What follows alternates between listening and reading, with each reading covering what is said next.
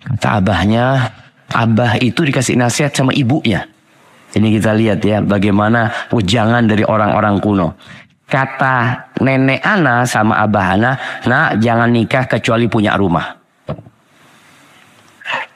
Ini ayah mau mempraktekkan kepada anaknya. Ayahnya cepat punya rumah. Ini anak gak punya rumah terus sampai umurnya bertambah. Gimana? Maka anak kasih tahu dia, udah antum nikah, sampaikan kepada calon mertua antum, anak kepingin punya rumah bareng sama istri anak. Artinya nanti mungkin istri anak yang mendesain rumah tersebut. Walaupun kapan bangun rumahnya, wallahu a'lam. Gitu kan? Tapi paling nggak dia sudah punya seperti itu. Jangan jamaah. Ini menyebabkan orang akhirnya futur. Ini buat orang tua, tolong anaknya yang sudah sampai fase dia mau menikah, tolong nikahkan. Kalau dia punya kemampuan. Dan anak-anak tadi yang memang antum ingin menikah dan sudah punya kemampuan. Artinya kemampu untuk memberikan nafkah. Rumah bisa ngontrak. Nggak harus punya mobil. Nggak harus punya kendaraan. Yang penting antum bisa memberikan nafkah kepada istri antum. Siapa yang menerima anak menantu, jadi menantu kalau anak nggak punya pekerjaan yang banyak fulusnya Ustaz? Banyak orang soleh jemaah. Banyak mertua-mertua yang siap menerima anak-anak yang soleh walaupun dia nggak mampu gitu loh. Nah kemudian perempuan yang jadi janda itu kadang-kadang jadi masalah, dia jadi futur jemaah. Jadi futur. Karena dulu ada suaminya yang memberikan nafkah kepada dia. Sekarang dia harus cari nafkah sendiri. Kemudian ada suaminya yang menjaga kehormatan dirinya. Gak ada lagi gitu. Maka kalau ada janda, tolong dikasihani. Ada orang yang mengatakan as-sa'i 'alal armalati wal miskin. Orang yang berusaha untuk mencukupi kehidupan janda dan orang miskin. Itu seperti mujahid fi sabilillah. Betul. Oh berarti gimana kalau dinikahin Ustaz? Kalau dinikahin gak jadi janda. Kalau dinikahin kan gak jadi janda jemaah. Ini kata Nabi SAW, merawat, memberikan nafkah ya. Apa ya? Mengkondisikan janda itu. Itu seperti mujahid fi sabilillah. Tapi kalau antum nikahi, ya, hilang jandanya. Jadi tolong kita berusaha tadi. Ada masalah-masalah sosial yang memang harus diselesaikan jemaah. Kemudian masalah lingkungan juga. Masalah lingkungan. Jadi kita pun harus tahu diri. Ketika antum masih semangat berada di lingkungan yang buruk, antum kuat jemaah. Tapi pas antum di masa futur, lingkungan yang gak mendukung, habis antum. Awal memang antum semangat, nggak apa-apa Ustaz. Ana di situ nggak ada masalah. Ana dulu punya kawan, masya Allah. Dia cerita waktu pulang pondok, Ana ini kumpulnya sama anak-anak yang nggak bener. Ya Ana ingin ngasih nasihat ya, di pinggir jalan, nongkrong pinggir jalan. Memang di satu fase dia kuat jemaah. Setelah setahun 2 tahun, Ana tanya gimana Fulan? Habis Fulan, kayak teman-temannya sudah. Maka kita harus menjauh, mencari lingkungan yang lebih baik dan kondusif. Kemudian ahibati fillah, di antara masalah yang membuat orang jadi futur juga adalah masalah ekonomi. Ketika Covid kemarin, ada salah satu ikhwan itu sampai mau bunuh diri sama. Ini cerita kawannya. Dia punya istri 2. Dengan ekonomi yang hancur lebur. Dia punya tanggung jawab. Nggak bisa ngasih nafkah. Nggak bisa bayangin. Karena semua orang di rumah. Mau kerja kemana gitu. Dan anak sendiri merasakan Covid itu benar-benar nggak ada fulus gitu loh. Fulus maafi. Sampai anak utang sama istri anak. Nggak ada. Anak mau kasih nafkah, utang ngambil dari istri anak balikin ke istri anak. Ya mau gimana memang. Benar-benar kondisinya. Ada masalah ekonomi tadi yang membuat orang akhirnya futur dia. Awal hijrah semangat, gak ada masalah dia. Semua kerjaan, gak punya fulus, gak apa-apa dia. Tapi ketika futur, kok dilihat, kok belum selesai masalah ekonomi ini. Dia mulai berpikir seperti dahulu lagi. Makanya di antara yang perlu dikasihani adalah ghaniyun qad iftaqar. Orang kaya yang jatuh miskin. Kalau orang miskin dari dulu, ya aman jemaah. Memang dia kondisinya, saya dari dulu kayak gini memang Ustaz. Kadang-kala makan 2 kali sehari. Ya pagi sama malam. Kadang-kala makan sekali, biasa. Tapi kalau yang biasa makan 7 kali sehari, kemudian makan sekali dia. Kan ada orang yang makan pagi, subuh makan. Nanti jam 9 makan lagi, gorengan, wala apa. Habis zuhur, makan lagi. Habis asar, makan. Habis maghrib, makan. Habis isya, makan. Mau tidur, makan lagi. Tahu-tahu dia hanya makan sekali. Orang yang biasa pakai mobil pribadi, tahu-tahu harus naik mobil umum. Orang yang biasa pakai jam yang mahal, tahu-tahu nggak ada jamnya, handphonenya ada. Ini masalah ekonomi memang menjadi penyebab orang itu futur. Makanya kita tiap hari disuruh berdoa, Allahumma inni as'aluka ilman nafi'an wa rizqan thayyiban. Minta rizki kita jemaah. Hidup butuh biaya. Selama antum hidup, kau mati selesai. Kita butuh baik, kita minta tiap hari. Baru minta wa amalan mutaqabbala. Ahibati fillah, apa solusi dari futur ini? Kalau bicara sebabnya antum sudah tahu, insya Allah antum sudah bisa meraba apa solusinya. Yang pertama adalah berdoa. Memohon kepada Allah Azza wa Jalla dengan ikhlas agar Allah menjaga kondisi kita jemaah. Baca doa ya muqallibal qulub tsabbit qalbi ala dini. Dulu waktu awal hijrah kita baca terus jemaah. Setelah merasa sudah istiqomah, kita nggak baca lagi, baca terus. Rasulullah SAW membaca jemaah. Terus baca doa orang-orang yang berilmu. Orang tuh semakin berilmu semakin takut sama Allah. Yang di surat Ali Imran ayat 8 ya. Doa mereka apa? Rabbana la tuzigh qulubana ba'da idh hadaitana wa hab lana min ladunka rahmah innaka antal wahhab. Baca jemaah. Wahai Rabb kami, jangan palingkan hati kami setelah Engkau memberikan hidayah kepada kami. Jangan sampai kita menyimpang setelah dikasih hidayah sama Allah Subhanahu wa taala. Dan berikan kepada kami dari sisimu rahmat, sesungguhnya Engkau Maha pemberi anugerah ya. Kemudian yang kedua, belajar agama.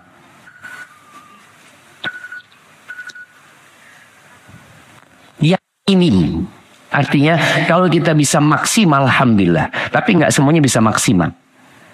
Jadi ada ilmu-ilmu yang wajib dipelajari. Antum harus pelajari. Ketika antum hijrah, antum perlu pelajari. Apa sih ilmu yang wajib anda pelajarin Ustaz? Seperti itu. Yang menyebabkan kita terhindar dari syubhat, terhindar dari was-was, terhindar dari bisikan-bisikan setan. Pelajari ilmu tersebut. Jadi ada kajian yang wajib kita hadiri jemaah. Walaupun kita tahu sebenarnya ya kan ana sudah belajar tentang rukun Islam, rukun iman, ihsan. Iya, tapi ada ilmu-ilmu lain yang antum harus kaji. Tolong penuhin ilmu tersebut. Kemudian yang ketiga, cari kawan yang baik. Kawan yang ketika kita futur, dia pegangin kita jangan. Ada yang nelpon kita kalau kita nggak hadir kajian. Nah, maka ini, ana tidak akan lanjutkan kajian sampai antum kenal dengan yang di kanan dan di kiri antum. Fadhal antum kenalan dulu. Bismillah.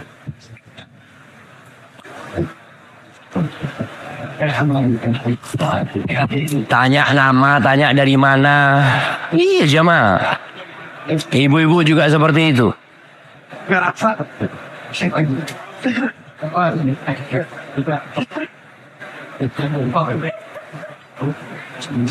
Ini mindahin mobil dulu sebentar. Sambil menunggu kenalan, mohon izin pemilik mobil Nissan B1113JVD. Sekali lagi mobil Nissan B1113JVD, mohon dipindahkan kendaraannya karena menghalangi orang jualan di tempat tersebut. Gimana? Itu aja. Menghalangi apa? Orang yang mau jualan, Ustaz. Bukan Karena kajian. iya, karena itu cukup jauh tempatnya, jadi mohon bisa dipindahkan. Saya sempat udah nangis juga satu ibunya. Jazakumullah khairan wa barakallahu fikum. Masya Allah, barakallahu fikum. Itu biasanya kalau lagi semangat ya, Mak. Anda melihat ya, teman-teman yang lagi semangat beribadah, sampai pagernya rumah orang dia tutup, ya apa, pokoknya dia mau ibadah, mau dapat soft pertama umpamanya. Padahal dia menyusahkan orang lain. Maka tolong tadi cari kawan yang baik. Dan kalau bisa, kawan antum yang antum kenal di sini, itu menjadi kawan untuk selanjutnya jamaah. Antum minta nomor handphonenya nanti setelah kajian. Ketika ada kajian lagi, mungkin bisa saling mengingatkan. Tanya, antum datang nggak? Orang itu kalau diingatkan jamaah, sadar. Tapi kalau kita nggak ada yang ngingetin, apalagi kita hijrah di rumah sendirian. Ayah bunda kita belum hijrah ya. Kemudian keluarga kita belum, kita sendirian. Ketika kita futur, mereka suka. Oh lihat kan, memang kok berlebih-lebihan dalam beragama kata dia. Udah biasa-biasa aja. Biasa-biasa aja maksudnya kadang kala sholat, kadang kala nggak sholat gitu ya. Alhamdulillah. Enggak. Jadi tadi kita perlu kawan yang selalu mengingatkan kita. Kemudian hindari lingkungan. Yang keempat, menghindari lingkungan yang dapat merusak. Ya, apalagi kondisi tempat kerja kita jemaah kadang-kala tidak mendukung kita untuk istiqomah. Ada seorang yang ketika Ramadan dia cerita, Ustaz, dia kerja di sebuah instansi ya. Dia ngomong, semua teman sekantor ana Ustaz nggak ada yang puasa, tapi ngadakan buka bersama. Iya kata dia. Jadi kan di kantor itu ada acara buka bersama, mereka ngadain Ustaz. Jadi Anda jadi bingung ya seperti itu. Lingkungan itu lingkungan yang dapat merusak ya. Kemudian ketika yang kelima, ketika ada satu masalah, segera selesaikan. Tadi masalah kejiwaan antum, was-was umpamanya ya. Kalau ada masalah-masalah ekonomi, antum segeralah terus berdoa memohon kepada Allah supaya masalah ini tidak membesar. Dan antum terus memohon agar dikuatkan keimanannya. Kemudian yang keenam, kadang-kala antum perlu datang ke orang-orang yang berilmu jemaah. Untuk minta nasihat. Sampaikan kondisi antum. Tadi yang ana sampaikan, ikhwan yang mau bunuh diri itu. Itu benar-benar mau bunuh diri jemaah. Istrinya telepon seorang ustadz. Akhirnya ustadz itu datang ke rumahnya. Dia sedang proses ingin bunuh diri jemaah. Subhanallah jemaah. Maka tadi kita, kondisi memang kadang-kala sudah kalap, nggak tahu dia jemaah. Solusinya apa? Maka kita perlu punya kawan-kawan yang ustadz yang bisa memberikan nasihat kepada kita. Antum kalau cari ustadz, jangan cari ustadz yang terkenal. Setahun sekali belum tentu ketemu antum dia. Iya, tapi ada ustadz di sebuah masjid, ada imam masjid, ada ustadz di pondok pesantren. Udah, antum datang ke mereka. Tiap pekan, tiap bulan antum datang untuk rezeki, datang ke ustadz seperti itu. Sambil minta nasihat kepada ustadz. Terus terang, perlu dekat sama orang berilmu. Perlu dekat. Kemudian yang ketujuh, berusaha untuk menguatkan iman kita dengan menjalankan amalan-amalan yang menguatkan iman itu. Di antaranya adalah mentadabburi Al-Quran Al-Azim. Baca Al-Quran dan tadabburi. Antum punya wirid baca Quran. Walaupun cuma satu ayat, tapi tiap hari antum baca.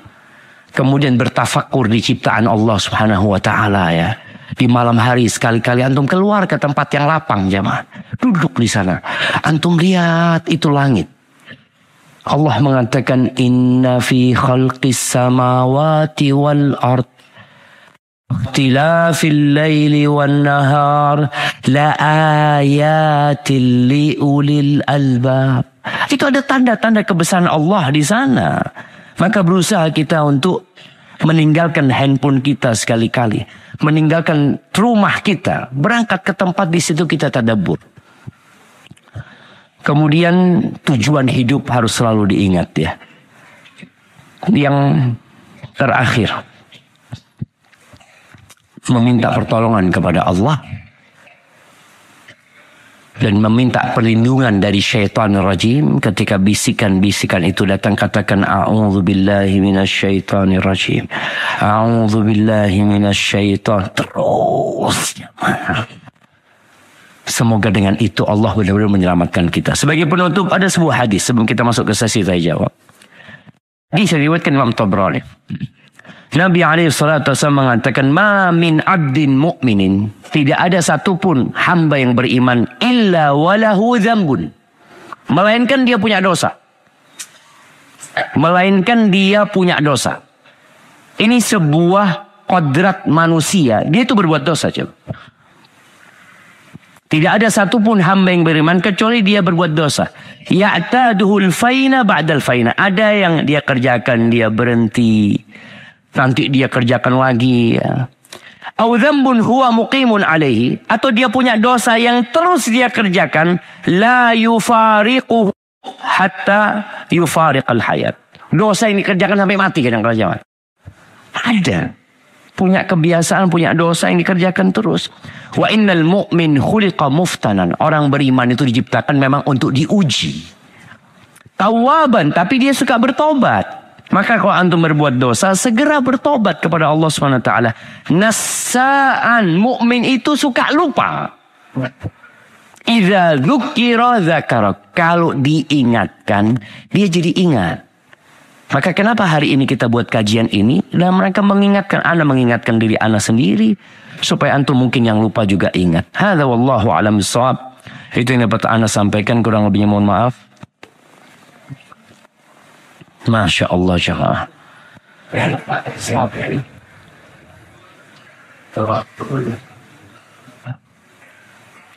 Bismillah Ustaz.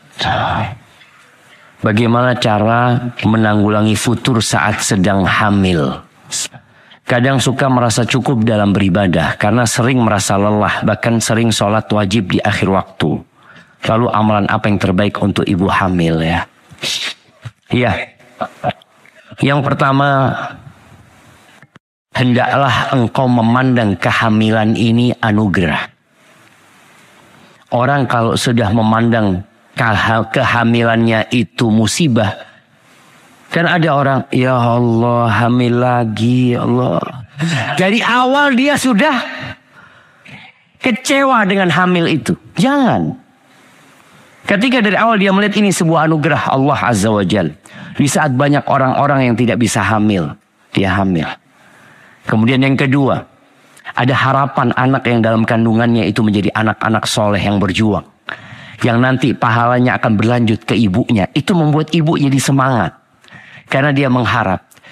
Tapi kalau dia memandang suaminya sebagai laki-laki yang zalim, ini gara-gara engkau. Akhirnya di rumah kondisinya nggak nyaman jemaah. Ketika suaminya datang, dia lihat, ya Allah, kok aku dapat suami kayak gini, kata dia. Maka tolong melihat kepada sesuatu yang indah. Jadi hidup ini sebenarnya setengah isi, setengah kosong. Jadi selalu optimis dengan kehamilan itu. Dengan setiap kelelahan kau akan mendapatkan pahala di sisi Allah Azza wa Jalla. Kemudian kalau bicara amalan apa yang perlu dilakukan oleh ibu hamil yang sedang futur ini, perbanyak istighfar. Perbanyak sudah istighfar. Kemudian ada bisikan-bisikan buruk tadi kita sampaikan, baca a'udzubillahi minasyaitonir rajim. Sampai jam berapa kita? Kalau Ustaz sudah dikasih minuman kayak gini. Jadi seperti itu, dan usahakan ketika azan dikumandangkan anti langsung sholat. Dan tolong dicari tahu apa yang menyebabkan anti futur. Boleh jadi handphone anti. Wallah jemaah, handphone ini jemaah. Kadangkala kita perlu